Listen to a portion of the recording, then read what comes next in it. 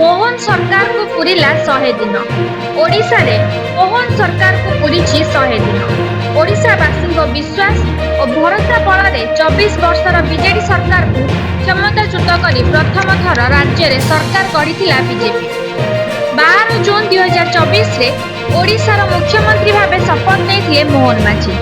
आज 19 सेप्टेम्बर 2024 मोहन सरकार 100 दिन पूरा कर प्रतिश्रुति पालन और विरोधी आक्रमण भितर 100 दिन सरकार अनेक किछि उपलब्धि हासिल कर निर्वाचन समय जो प्रतिश्रुति दल पक्षर दि जाइथिला ताहा पूरण करने मोहन सबुठु बड़ प्राथमिकता पलटिछि।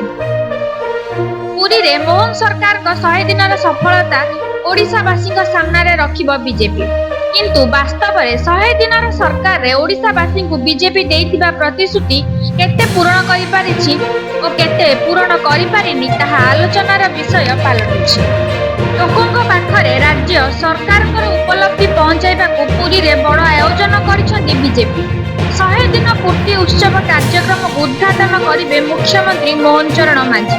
कार्यक्रम रे राज्य कैबिनेट, केंद्र मंत्री, समस्त विधायक और सांसद सामिल हेबे।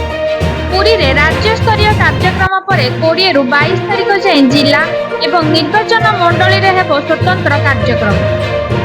तेणे जिला पुलिस प्रशासन पक्षर आवश्यक समस्त सुरक्षा व्यवस्था ग्रहण करा जायछि। पुरी रे एही कार्यक्रम पय व्यापक सुरक्षा व्यवस्था ग्रहण करा जायछि। पुरी एसपी को सूचना अनुसार प्राय 40 प्लाटून पुलिस फोर्स सुरक्षा दायित्व रे रहिबे। श्रीमंदिर में मंत्री परिषद एवं सांसद माने महाप्रभु को दर्शन करिबार कार्यक्रम थिबारु सेतिपई श्रीमंदिर रे स्वतंत्र व्यवस्था ग्रहण करा जिवो। सेहीपरि ट्रैफिक सुपरिचालन पई स्वतंत्र पदक्षेप मध्य निया जायछि। ब्यूरो रिपोर्ट मंदिरा टीवी।